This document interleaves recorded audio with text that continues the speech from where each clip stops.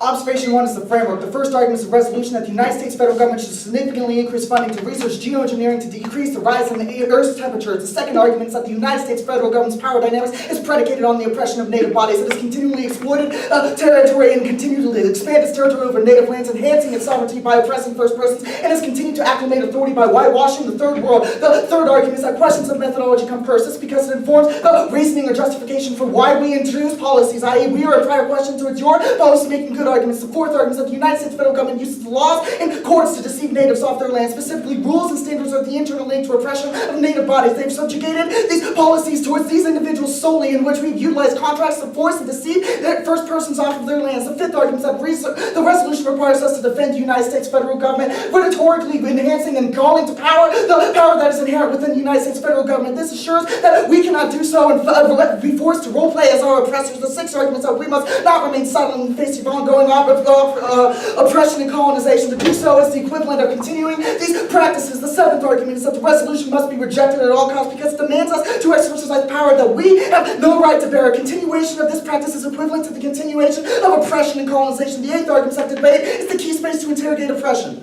The little a argument is that this is an academic co-curricular activity absent the status lines, indicating that our criticisms of the state can actually have a substantial action or at least effect on the state. The B argument is that we are home to future policymakers and human rights activists, indicating that what we say and actually does have an impact on the real world. The C argument is that it allows for individuals to interrogate our relationships towards ongoing systemic impacts and the topics that present these systemic impacts. The D argument is that this forces us to interrogate issues that are foreclosed upon in modern academia and our fields of study. This is critical towards being able to garner access towards marginalized education that has no space in modern academia or in traditional debate. We indicate that marginal education is preferable to traditional education because it not only has a space in debate but continues to be lost in the face of colonization. Observation 2 is the links.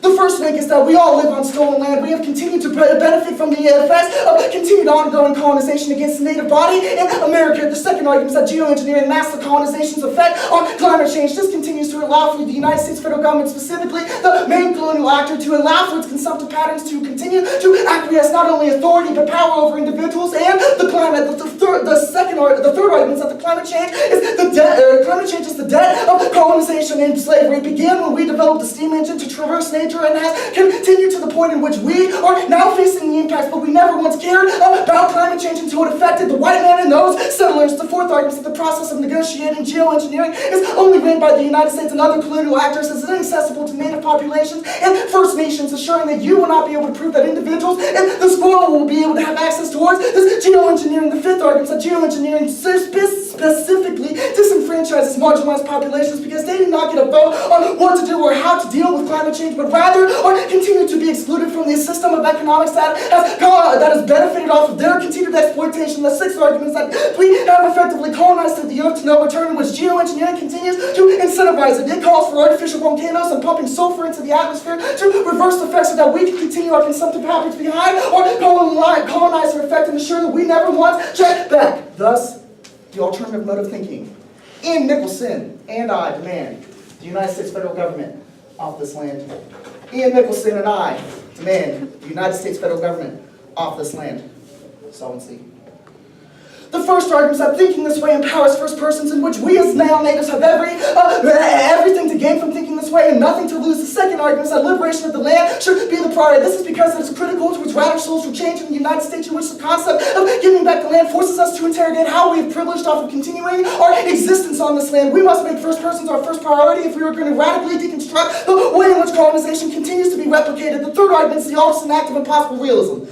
The little a is that the question arises if giving back the land is feasible. However, no form of decolonization has ever been formed or viewed as feasible within the construct of the colonial paradigm. We indicate that thinking this way empowers individuals to the point in which they can begin acting as revolutionary actors. The B argument is that in order to begin resistance, anti-colonial actors must abandon orthodox realism in terms deemed impossible by the oppressors, so that they must begin to act in ways that justify radical social change. This is impossible in a world in which we continue to think in the logic and the ways in which the colonizer has wanted us to think in. The C argument is that Native Americans right now have no alternative right now but to carry on. Thus the thought experiment of the affirmative is a radical redefinition that solves because it breaks down the system of oppression that has continued to acquiesce itself over or continued existence. The D argument is that the North Vietnam or proof that impossible realism is solved. Their resistance to the United States occupation of Vietnam was deemed as literally impossible in the realm of international relations, but through their resistance they were able to expel the United States occupation and have a seat in the government to the point at which they were able to establish representation for themselves. Thus, observation 4, the impacts of our continued mode of thinking.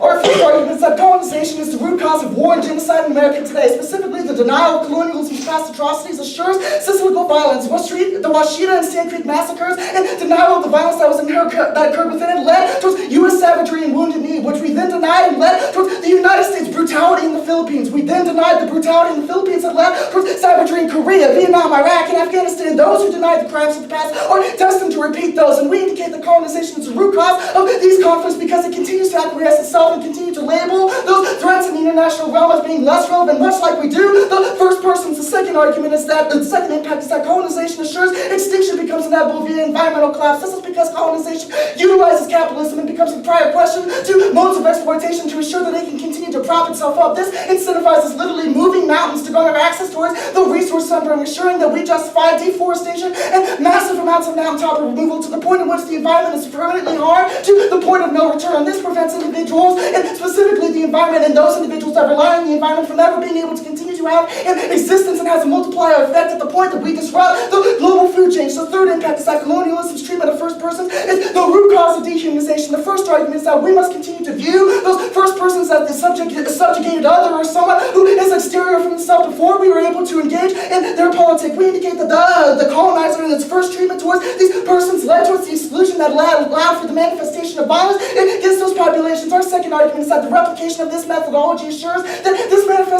manifestation of violence becomes inevitable because we are never able to question the way in which we continue to subjugate or dehumanize these populations. This is the worst form of impact and assures that we will never be able to break free from it. The final argument is that colonization has colonized the space. These projects and these arguments do not have a space here because people keep running frameworks. People keep saying you should be a topical fiat plan. This assures that we do not have the ability to access this activity for radical social change.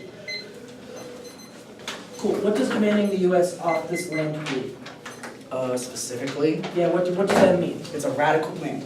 Right, so it's just a radical demand that the U.S. is off the land. What would that entail? If you look to our solvency, we can't tell you what it would entail because the individuals that interrogate and endorse this alternative mode of thinking allows for them to change and interrogate their own perspectives, how they have benefited from ongoing colonization. Right, so individuals are allowed to carry out their own decolonization processes. What does you and Ian demanding the U.S. off this land mean in the context of this space? We're just acting as revolutionary actors. We're trying to think in terms and make demands that are impossible by the state. Okay, why does the demand need to be impossible for the state? Because we indicated if you just act in a way that the state can rationalize, it assures that the state not only can co-opt, but the state can better resist against it. These are our arguments on framework. Yeah.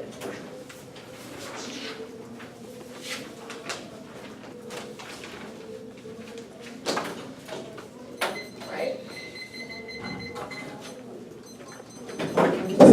Yeah, stand.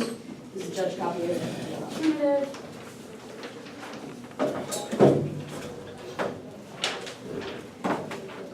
You want it? You don't have to. Are you giving it to everyone? It's for the judges. Okay. We'll have a copy for you and I read off of it. Harris like, I don't want this. Yeah, he looks really upset about me handing it to him. This isn't policy. I need cards for it. Sorry for the Okay, it's going to be one off. And then it's going to be case and order. Just straight down. Thank you. We will have our own rule of the ballot, which I will cross-apply to framework, but it has been missed in previous rounds, so I'm just like letting you know we have rule of ballot under solvency of the alternative. So it's there. I appreciate it. But I'll make you cross that, but you know. Okay. I'm just gonna apologize ahead of time to Calderwood. We're sorry too, actually. Sorry. We've had this debate before, and we want to give back the land versus give back the land, and we'll do it again. But this is that you can cannot pass a plan on stolen land. You cannot make demands to the federal government as a white settler colonialism on stolen land. The United States federal government reaches a feeling when the Native American is extinct. The links. The first one being here. Our trouble presence here is the first initial link. You say that just because you read it one affirmative does not mean that you are really any kind of shield to this thing. But you say infectious diseases on this specific land, Rocky Mountain bison made it regularly extinct. Brigham Young came to this land and said that it was empty despite the 20,000 Native Americans specifically on this land. They were not murdered by 1867. They were moved on to reservations. The very fact that they are homogenizing the native body and not talking on the specific land where you're going is going to be a disadvantage to their interpretation and their way that they try to solve for native oppressions. The next is going to be the formation of Indianness as transit. We're going to say they construct the language, grammar, and cultures of Indian. They are saying that it is always fleeing in the face of the American global war of terror. The next is the affirmative is a settler move to innocence, which is a meaningless fantasy. The very fact that their alternative has their names as it is a way that the white settler colonialist tries to resolve themselves of the guilt of the past. They try to align themselves and say, look, we did this thing, that means that we do not have to solve back for it. It's the same thing as a bunch of white people saying that they had a Native American grandmother. It helps them feel better. They are a white group of settler innocence. Only the alternative is going to be able to solve back for that. It means that is a terminal solvency takeout. The fact that they included their names and it is all about them is why this is a problem. This is also going to say that this is asterixing of the Native American body through the affirmative, because we're going to say that just because you stand up and talk about it does not mean it's not an asterixing. They're doing this because they know that we read Get Back the Land. That means that it is always an asterixing. Also, their emphasis on impossible realism and high theory ivory tower bullshit is a reason why it is asterixing, because they get to talk about it and then move on. We're going to say that we need to make real change that will be through the alternative. Okay? Impacts. First, you can probably look about all the impacts, but we're going to have some specific isolations that we want to put on your reverse epistemological genocide. We're going to say that the articulate that settler colonialism is a leveling down of knowledge, that Tuakana Nepe, the Maori tribe leader, says specifically is a stripping of value and great ungrounding for native bodies. The next is exceptionalism. We say this creates a moral supremacy wherein white people like them can say, look, we're sorry for the native body, but that makes us feel better. Therefore, we're morally superior. It means that they can intervene abroad, such as exporting Western politics and economies, which causes poverty and wars globally. We're going to say that settler colonialism is founded on the point of global domination, which leads to imperial clash. The next is the logic of extermination. We're going to say that the extermination of the native body was the original forgetting, has been forgotten. It was the original derealization of the other. We're going to say this is a more specific interpretation that you should prefer. Derealization creates unending wars because it creates a spectral enemy that we must always securitize against. This spectral enemy can never be identified. You can look to things like the war on drugs and the 9/11 paranoia that started in 1492. The native body was the original spectral combatant that the U.S. government must always securitize against. We're going to say that you can see this in the way that when they only read this when they go against us, because we are the spectral Native American enemy. It is always omnipresent that they must go against. The only which is a reason that which we're going to solve better for that. We're going to say this also turns case they cannot solve as long as they are settler of innocence, and what they emphasize the debate space, which is inherently a colonial setting, means that they do not have any ability to solve because they think that is enough. Is that good? Yeah. Alternative. Vote negative to recognize the history of violence on this land and recenter indigenous worldlings as the starting point. Politics. Vote negative to recognize the history of violence on this land and recenter indigenous worldlings as the starting point. Politics. Solvency. First, this creates a phenomenology that is a balance between worlds that allows us to transform negative and cultural signifiers. This is the native concept of Hoxugo, where you create which is a connection between the upper and lower realms. The alt is a foundational ethos that emphasizes the interconnectability and grievability of the native body. We're going to say that grieving is a prior question to being able to solve back for any of the genocide and unlivability. We're going to say that as long as the body and the violence is considered in the past or something that we can solve with simply a thought experiment, that means that they're like genocide and these conditions inevitable because we never bring them into the present. That means that in the past they are lamentable, they are thought as in the past. They think that lip service is enough to solve bad for this. We say we make the body grievable. Grievability means that we can solve for it in the here and now. We make the body present and visible, and that violence solvable in the present day, which they do not do, which is why their thought experiment has no ability to solve. Roll of the ballot is to vote for the team with the best ethical orientation in the round. We're going to say roll of the ballot is to vote for the team with the best ethical orientation of the round. We're going to say that the fiat is obviously fake, and this is and ethics really the only thing that we leave the room. This is the most coherent way in calculus. Next to the perm preems, we're going to say that the perm is clearly severance out of the far their alternative that one says Dan and Ian, and two their possible realism demand, which is going to be a reason why they cannot solve. We're going to say they cannot solve severance out of that. We're going to say that not only is a vote for fairness in education, but we're going to say that this destroys the mechanism of the alt because it pays lip service to them. You good? Case. You can cross cross-apply the role of the ballot onto the framework here, we're going to say that we probably often operate pretty well under their framework. Basically, we agree methodology first, that the native body is a prior question. We're going to say that they are not a prior question because they use white settler moves of innocence to absolve themselves of their guilt. They are demanding that the USGFG gets off the land. We're going to say that one that is problematic because it isolates the only violation that's done by the United States federal government and does not acknowledge the complicity that we all have with these violence every day. Means that just getting the federal government off is not enough. We need to recenter politics around the natives. It also does not take responsibility for the decimation of native politics and habits, like the way that they live. Means they are not able to solve back to that. Only the alternative will be able to because they can recenter politics and allow them to rebuild, which means that that's the reason why this is never going to solve back. Never going to solve.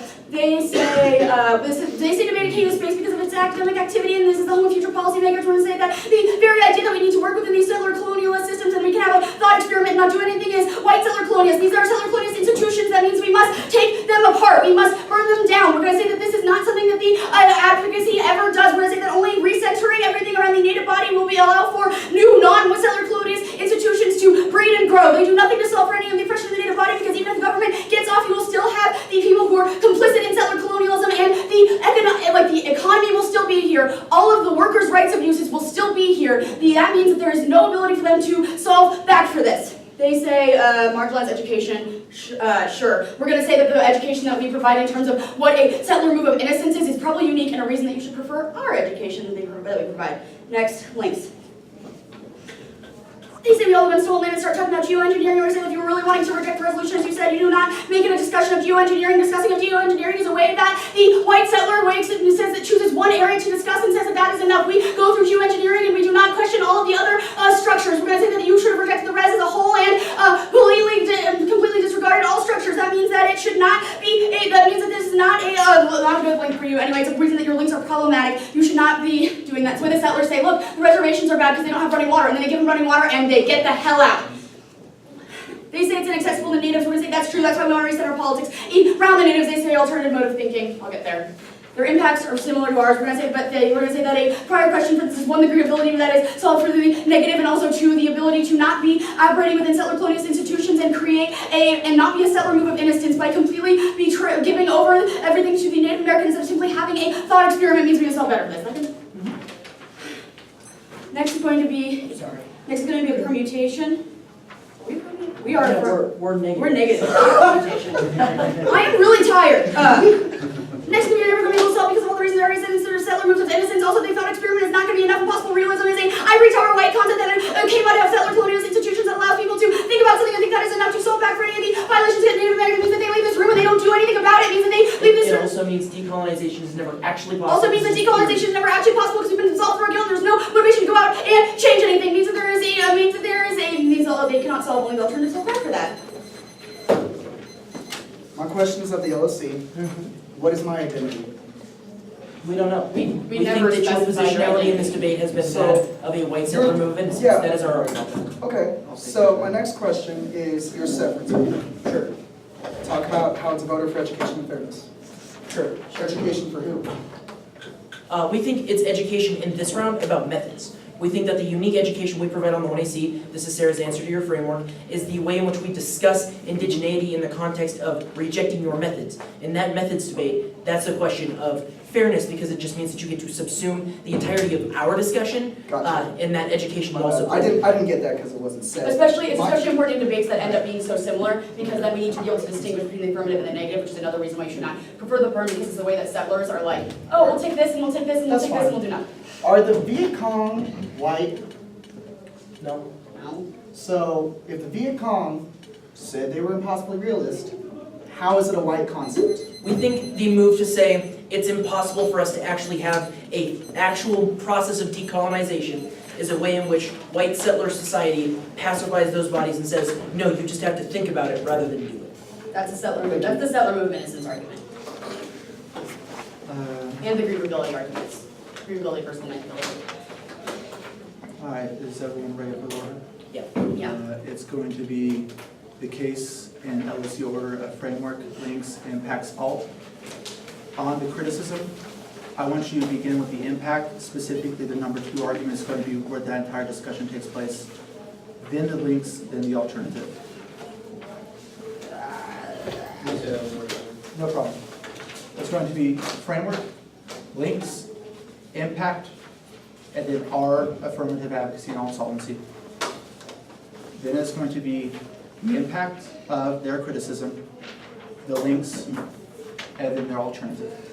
Just signpost, because I have somebody on the same sheet, so. Yeah, I have it there too. I just wanted to begin with impacts before I for sure go do the rest of Seems good. MG. It's first MG in 3 years, so you're in for a treat.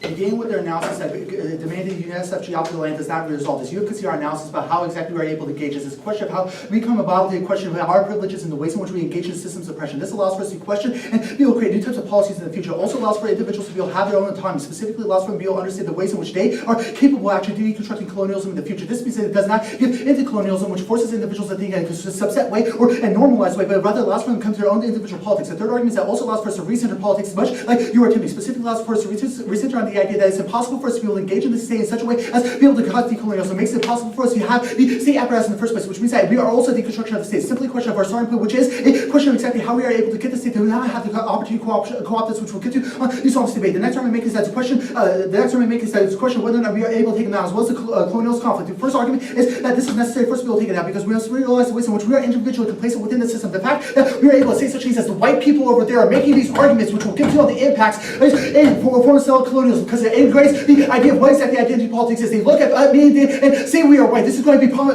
I might get to that shit in a second. They did say that this is a form of abuse because it allows for us to be able to say that there's nothing that we can do in the future. The first argument said it's not necessarily that we do nothing now, but it's a question of exactly how we are able to orient ourselves to our future. Because starting point analysis, your analysis about such things as the innocence as well as the white guilt that happens is first answered by the analysis that this came from a Native American author who actually isolated the fact that impossible realism is necessary for individuals to come up with their own individual structures for the future. The second argument is also the Viet Cong are not white actors. It's necessarily an anti-Western concept because it's no longer a question of whether or not we are able to lose our lives, but whether or not we continue to resist the state structures even at the cost of our lives. Go to the links. They make arguments about how the discussion of a resolution is bad. One, our discussion of impacts is a discussion of colonialism as a whole. It's not simply a discussion on the link level, but we're giving reasons why the resolution in particular is another form of colonialism that we should not be able to engage in. The second argument is your analysis about such things as giving water to Native Americans is exactly our criticism. The idea that we can be able to do such things as be able to clean up the environment and then say that's good enough for environmental destructive policies. That is the entirety of our number 3, number 4, and number 5 arguments about the disenfranchisement of these individuals. We are critiquing the same way you are. It's just simply a question of the ways in which we engage in impacts. Links show that there's guilt now too. Also, extend our link analysis that there's currently guilt now. That's such as the fact that we do not resolve the question of exactly how we impact Native Americans, but it's only because of the fact that white individuals were actually affected by the structures of global capitalism. Impacts. They say that the question of settler colonialism allows for us to be able to say that we should not be able to give anything. That was answered above about it's a question of prior privilege, which means that it's impossible for us to be able to resolve before we understand the ways in which our privilege is able to integrate itself into our lives, which raises a prior question. The people in this room must begin with the question of how am I privileged by the system of colonialism before they're able to understand the ways in which they must be able to resist it. Which means that in a world where we do not begin with that demand that we get rid of this type of privilege in the future, it becomes impossible for us to resolve these questions. On the alternative.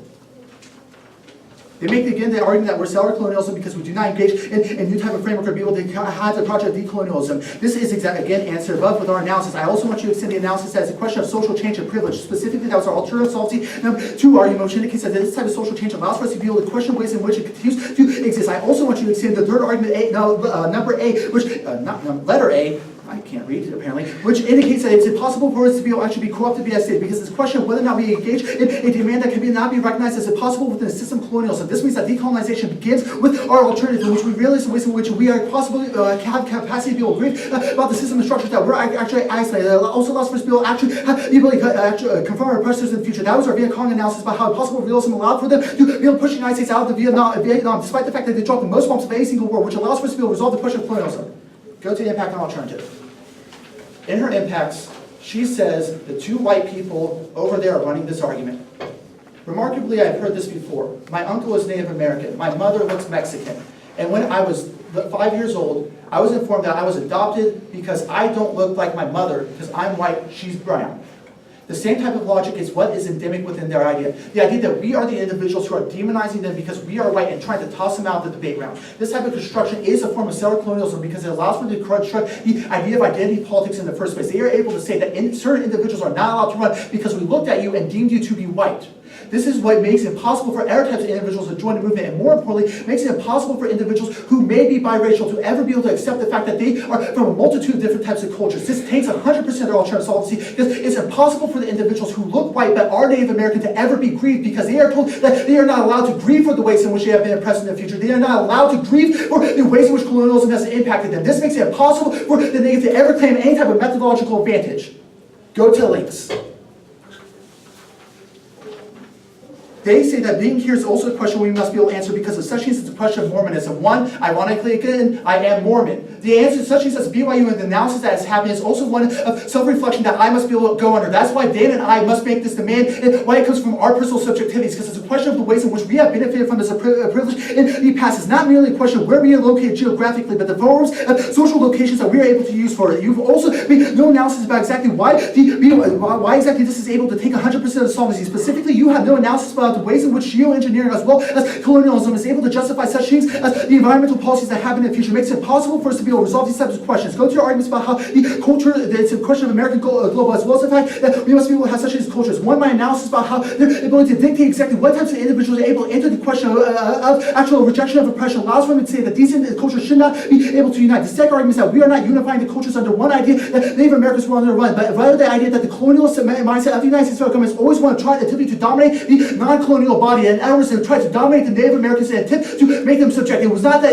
Native Americans never were able to resist, or that individuals who do not profit from colonialism are not able to resist. That's our Viet Cong analysis, but it's rather a question of whether or not to continue domination is able to go on without any type of check back. Next, we make arguments as a question of white settler mentality, as well as the fact that allows for us to be able to have such things as grieving and then move on. The first argument is that this analysis and the answer below about the fact that we are not capable of moving on. And Dan also has parts of himself who are in Inuit tribe, which also includes such things as the ability to grieve for his own political body, which means that your isolation, that we are not capable of actually having this discussion outside of this realm, is simply false. Second, the assumption that this is the type of that this can only happen in this specific debate space because it's you is probably problematic. Our argument is that it's necessary for us to engage individuals who have this debate regularly in order to have the best discussions, i.e. exactly what's the methodology by which we can deconstruct colonialism, which means by engaging you, we are attempting to have the same type of discussion that you ask for every single round. Why is that a bad thing that when other individuals come to the table, you say they should get the fuck out, especially when it's a form of especially when it's a part of our social location. You did make the arguments as a question of asterisk in which we always know that we're able to move around, especially with impossible realism. What our analysis about possible realism probably solves this type of question because it allows for us to have new types of social locations, specifically ask the question of what exactly we should be able to do in the future. The second argument, I want you to extend that it's also extend the analysis about social location, which indicates that it's not something that we can be walked away from. Also, your analysis about how you are the individuals who continue to engage in this is probably an indication of exactly why we are having this debate with you, to have an informed discussion about the methodology and attempt to construct the new types of policy and education in the future. Alternative. Permutation. Do the Aff to recognize the history of violence on this land and recenter indigenous worldings as a starting point for politics. Did I read that correctly? Yep. Okay, thank you so much. So, all the Aff plan text to recognize the history of violence on this land. One, you want to do a historical analysis of the history of the ways colonialism has impacted Utah specifically. Our analysis about how the USFG and the ways in which the UFG configures the entirety of our global politics allows... Did my timer stop? It stopped. That's Yeah. fine. I'm sorry.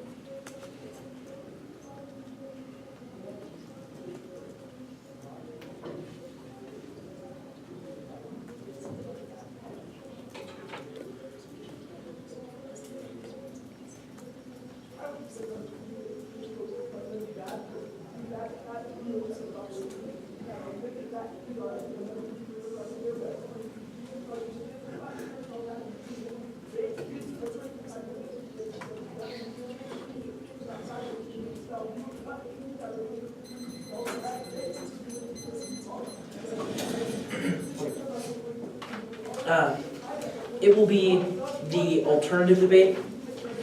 then the thesis, links, and impacts straight down. Okay. Then it will be the framework, then the aff just in order. So framework, I have the links page, then I have the like alt part, and then solvency and impacts. I'm sorry, can you repeat that one more time? Yeah, it's the alternative, Okay, the K straight down, okay.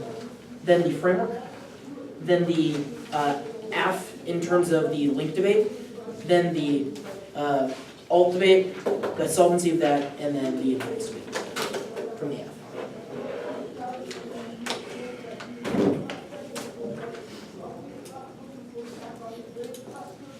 Cool. Everybody good? Cool. Permutation does not resolve any of the links that have been conceded in the entirety of this debate. They have not answered any of our arguments about the way in which the affirmative ultimately attempts to use enviousness as a form of transit to be able to forward a political location that ultimately allows for that settler move of innocence. I know that we will have the social location debate later, but they have been not successfully succeeded at saying that the personalized demands of the ways in which they establish these things are ultimately the ways in which white settler society allows itself to distance itself from that violence in the first place and allows for a distancing from the decolonization movements in the first place. You have conceded the entirety of our alternative solvency argument that says that the way in which the grievability has made these bodies lamentable is the reason for why we did not speak, or they did not speak to the history of violence that occurred on this land. The land that we are currently speaking from this position of privilege indicates that it's not just a question of social location, but rather the privilege that is afforded to us spatially from the place in which we speak in this round. And they have conceded that the ways in which they are ultimately trying to talk about the native body without the context of grievability is ultimately one that renders it lamentable, which means that it's ultimately a prior question to have that discussion about the ways in which we can confront the suffering of the native body in a way that allows us to have that form of understandings. At best, the alternative literally just shortcuts all of their decolonization movements that might happen as of the 1EC and allows us to establish a world that is free of white settler society. It establishes a new form of indigenous society that establishes politics as being the forefront through indigeneity, and it allows us to construct a new world, a new phenomenology that allows for us to resolve the entirety of the 1AC. Means we just have to win a risk of a link to the settler move of innocence, or even the transitness link, to be able to win a reason for why the permutation would not be preferable. They talk about, they say that with the way in which our history of Utah is centralizing, our argument is that the entirety of our impacts talks about the way in which 1492 has shaped settler society, in case we engage in the same sort of history, and we talk about the way in which that is an untroubled act of forgetting the fact that we can talk about indigeneity but not talk about the social location afforded to us in this round is ultimately the thing that we criticize, the thing that we think should be forefronted, and we think that indigenous individuals should be able to forefront themselves at the starting point of politics, which would allow for individuals to speak for them, which would allow individuals to speak to that decolonization method, which is what the 1AC ultimately says they might be able to create when they say that the United States should be to mandate off the land. Means that we are able to resolve the mechanisms of the entirety of the 1AC, and only a risk of a link means that would be a reason for why you would reject that. Extend across our argument that says that the way in which the way in which the permutation functions is ultimately one that severs out of the mechanism of their demand of impossible realism, which we have a link to, means that if we are winning those links, and that is offense against the permutation, is a disad and a reason for why you would not prefer. Does that make sense? Yeah. Cool. And you can extend across the role of the ballot that it's a question of ethical orientation orientation, that the way in which we construct those ethics is ultimately better in a world where we forefront indigenous politics in a way that allows those individuals to establish themselves, not in a world where where we would necessarily demand the United States get off the land in the first place, and we will have the social location debate, which is cross-play here in a second. Thesis debate. Actually, drop down to links. Ian makes an argument about how there is a point of self-reflection and talks about Mormonism as well. I guess we'll have the social location debate here. The first argument here is that when Sarah says that you're speaking as two white people, she speaks as the way in which your positionality in this debate is functioned. The way in which you have constructed the 1AC is ultimately that of the white positionality that allows for the settler move of innocence. That's the entirety of our criticism. It was not presumptive of your phenotype, but rather of the methodology that you have provided in this debate. Means that if we are okay of that, then we win the social location debate. It also does not speak to the way in which the the way in which these calls for self-reflection are constantly used by settler societies to say that I have some sort of relationship to this violence and then distance themselves to prevent things from, to prevent any actual change from happening. I'm not saying that that is what Ian or Dan are doing, but there's a multitude of individuals in settler society that will say that they have a relationship to someone through their indigeneity, and that allows them to be complicit in settler society, which is the entirety of the thesis of the 1AC and the 2AC. The social location debate says that they speak from their position as something that has a relationship towards indigeneity. We are saying that your relationship towards indigeneity just allows for the ability for that to be co-opted by this move of settlerism that says that we can just demand the United States off this land without ever talking about the ways in which this land that we speak from spatially is important, not just metaphysically in the sense of the ways in which we are in the United States. We will agree all of those things are bad. The alternative solves all of them entirely, and the ways in which they have framed the discussion of the social location one is ultimately one that is not correct as of the way in which 1NC is framed because of that settler move of innocence. You talk about how it's impossible for us to be able to resolve any of these arguments, but you have conceded exactly the way in which our phenomenology creates a new world of understandings and connections that allows us to understand the ways in which the individuals who are eradicated from this land were necessarily felt, which allows for grieving of those bodies. That's a prior question to all of the impacts in the 1AC, and is also a reason for why you wouldn't necessarily sequence the alternative before any of the arguments that they're making. You say dictating that dictating your identity would necessarily prevent things like coalitions from happening, or bodies who do not look indigenous would necessarily be crowded out. Our argument is that when we recenter indigenous politics, that allows for indigenous peoples to set the frame of debate and set the ways in which politics would come about, means it would resolve the entirety of those scenarios, because it does not matter if it's a question of phenotype, it's a question of whether or not those indigenous peoples are able to come out and have a discussion about decolonization, which means that at very least the alternative solves the entirety of these arguments. They have conceded the entirety of the nativeness as transit argument, which says that the way in which they 1AC ultimately just allows for them to use nativeness as a way to make a personal demand upon the United States in a way that ultimately crowds out the ability for us to actually have discussions about that colonization in the first place. And they have not made an argument that says that they just say that the colonial mindset tries to go off that is our point. We should change the phenomenology of the world. That's the alternative, resolves all of those arguments and also takes out the rest of their solvency arguments. You say that it's important for you to be able to engage with us in this debate and methods. We would agree with that argument. Our argument is that the way in which you speak from the position of being arrivements as well as settlers is ultimately something that we think should be discussed in the round, and that the ways in which your moves to innocence have sort of distanced yourselves from that is a reason for why you would vote for the alternative, because it would be able to resolve all of those arguments. We do not need to go for the asterisk body of the argument, because even though your height, actually we'll only go for the second part about it, where it says the high theory ultimately just allows for a distancing from actual substantive impacts, because it allows for things like telling indigenous peoples that they have to think about the United States being off the land rather than to demand actual change in politics, which is what the alternative does and resolves all those arguments' impacts. I believe I've answered the social location argument above, which means that this does not take out any part of the alternative. It does not a way in which we have determined them to be white, but rather that their positionality in this debate has been that of the white settler, indicates that that's just a reason for why the framing of this argument is ultimately taken out of context in the 2AC. It is a reason for why we would necessarily be able to solve grieving via the alternative, even if that is a movement which we have misidentified them. That is not a question of their social location is not the thing that we are identifying, or we are not critiquing. We are critiquing the ways in which that social location has produced a form of argumentation that we believe is the same sort of move that replicates the settler society, which we have critiqued multiple times and sent across all of our impacts. These functionally go conceded. It becomes a question of prioritization disorder, since we all have the same form of knowledge production, means that it's just a question of grievability, which they have conceded. That comes to the forefront. Lamentable body in the status quo means that the 1AC does not resolve that through their because they don't interrogate this land proper is the reason for why you don't buy that.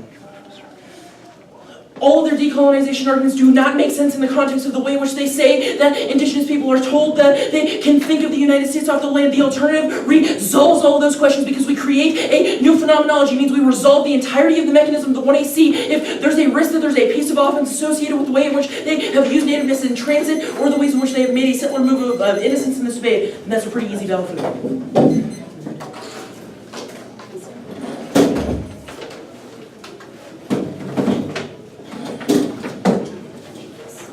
Okay. Yeah, go ahead. Are you sure? Yeah.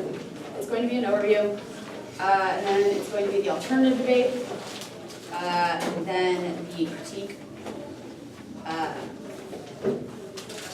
and then it's going to be, which is primarily, the critique is primarily going to be the links discussion, but maybe some pieces level, big picture stuff. And then it's going to be the case I have the advocacy on a separate sheet because they handed it to me. So I'm gonna have the advocacy, which is where I have like solvency and stuff on top, and then the rest of the advocacy.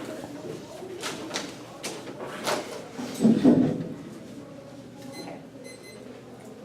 We all good?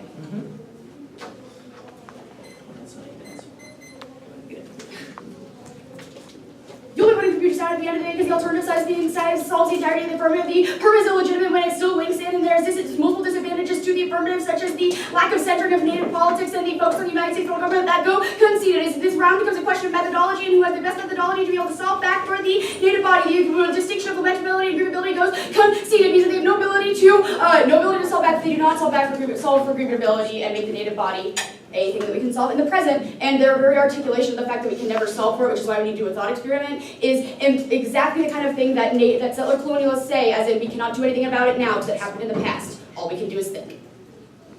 The alternative.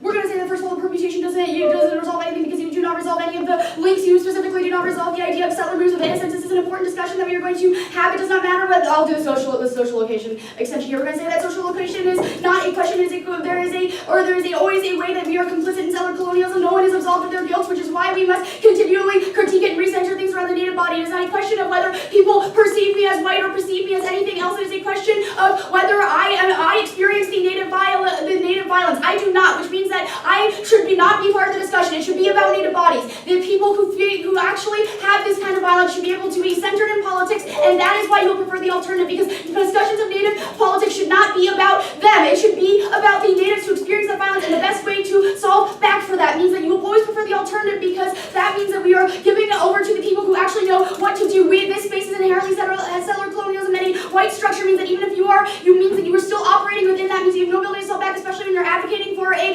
ivory tower solution that does not actually indicate any real change. And we have the disadvantage of both the grievability and the what was the other one? The grievability and the settler moves of innocence is the way that settler colonialism tries to paper over the violations that they have done and absolve themselves of white guilt. Okay. All right. On the links. All you really need to flow across is the idea that settler moves of innocence. The very fact that their advocacy has their names in it is a foregrounding of them, not of the native body. That means that we will always need to be foregrounding the people who live on reservations, the people who have died in the past, and the people who need to rebuild on their land. The very fact that that is a settler move of innocence, they completely concede that that's how people say that they have Native American grandparents, so they are not responsible for the violence that is committed. We are all complicit in settler colonialism, means that you should not evaluate anyone using their own personal advocacy. We should turn it into an idea of what the native body advocates for. Okay? The advocacy proper.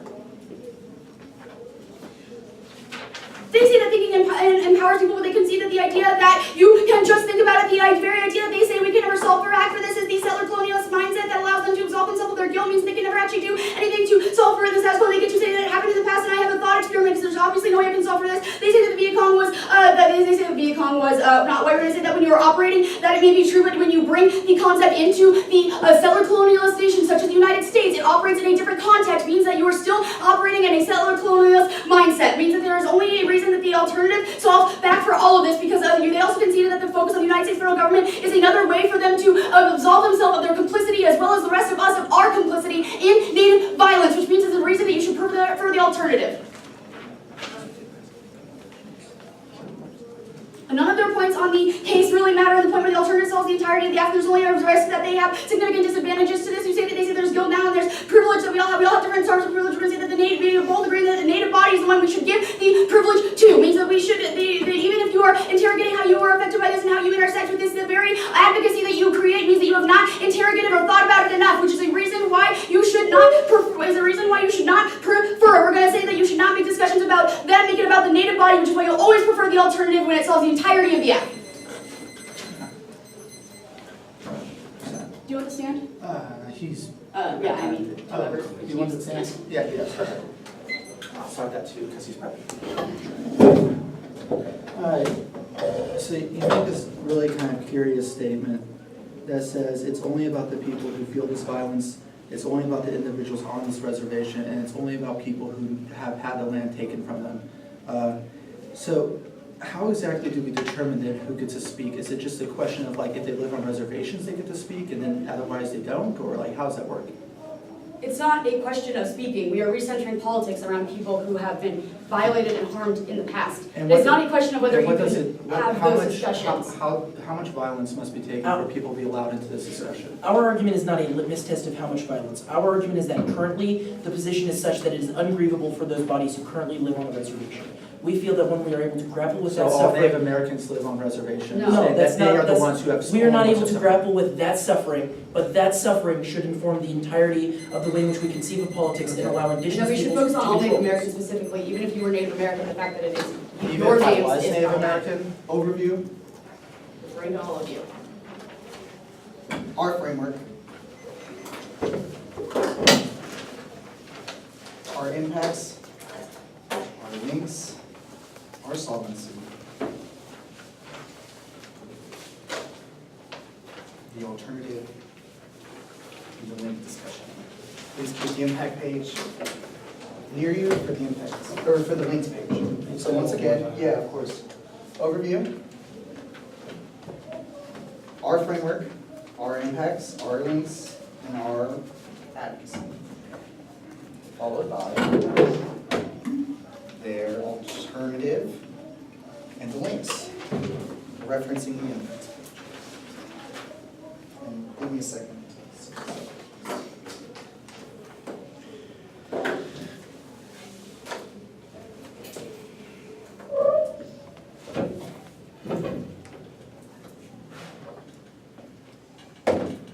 I assume everyone's ready?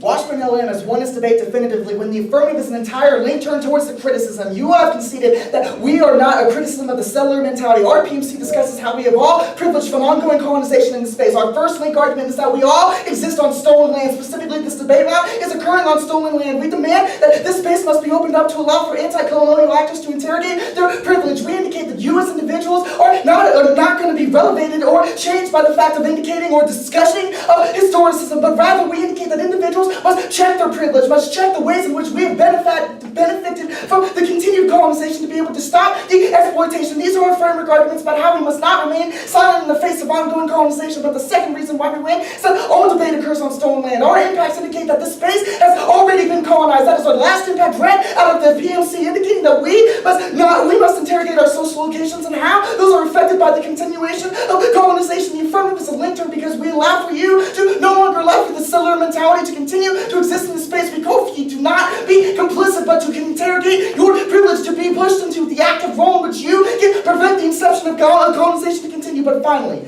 the alternative supposedly centers on native ticks, but you state that the affirmative cannot make first persons centered at all. If our call to make first persons our first priority isn't able to solve, the alternative isn't able to solve either. These are our framework arguments about how marginal education is already being excluded in the status quo. Discussions of race and specifically native cultures are already being demonized, and that the activity is already being colonized on our impact page. Thus, the act is preferable because it allows for the routes that which these individuals in this room can go forth and resist colonization, whereas the alternative's difference is that they call for individuals who are native to make a change. The framework debate.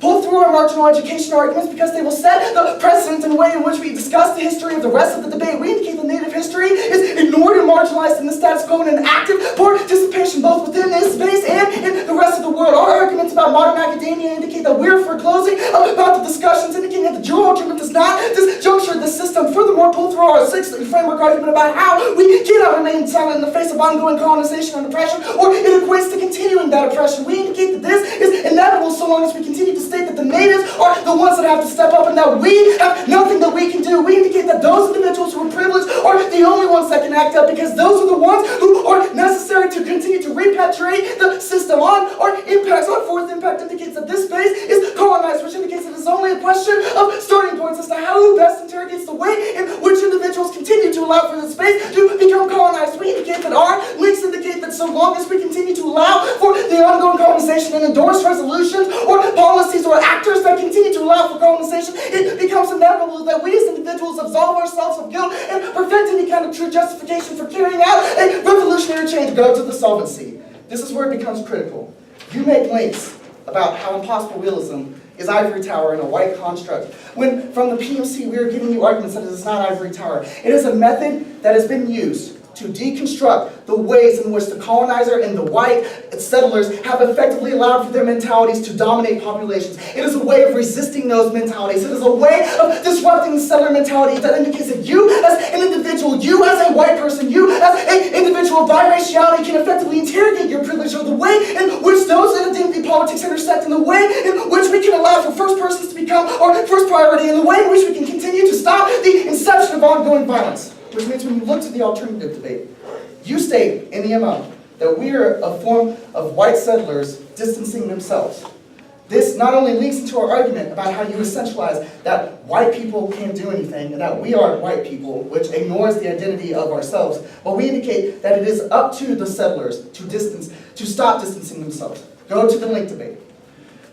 You state that the affirmative critique of social location and round is positioned in debate, which is inherently colonialist. We don't distance these individuals from this colonized space. We state the space is colonized. We state that we have to interrogate our social locations. You state that the PMC speaks from a settler perspective when the criticism critiques this perspective and how it has continued to be repatriated. You state that individuals in settler society will be complicit with our affirmative, but we call not to be complicit, but rather to make first persons our first priority. You state that our demand does not lead towards any kind of talk about this land because we speak from a colonized perspective. We indicate that you must, and you are speaking from a colonized perspective. It is about that starting point. Look to the argumentation about how dictations of who can participate ignores and prevents any kind of unification. We indicate that so long as you continue to deem the affirmative as impossible, it is the way in which we allow for that impossibility to be rendered as a solvency mechanism to allow for ourselves to act. You state that the ways of speaking of the affirmative ignores the settlers moving away from innocence, but the squaw is innocent. Native Americans are grieving now. Nothing is doing shit.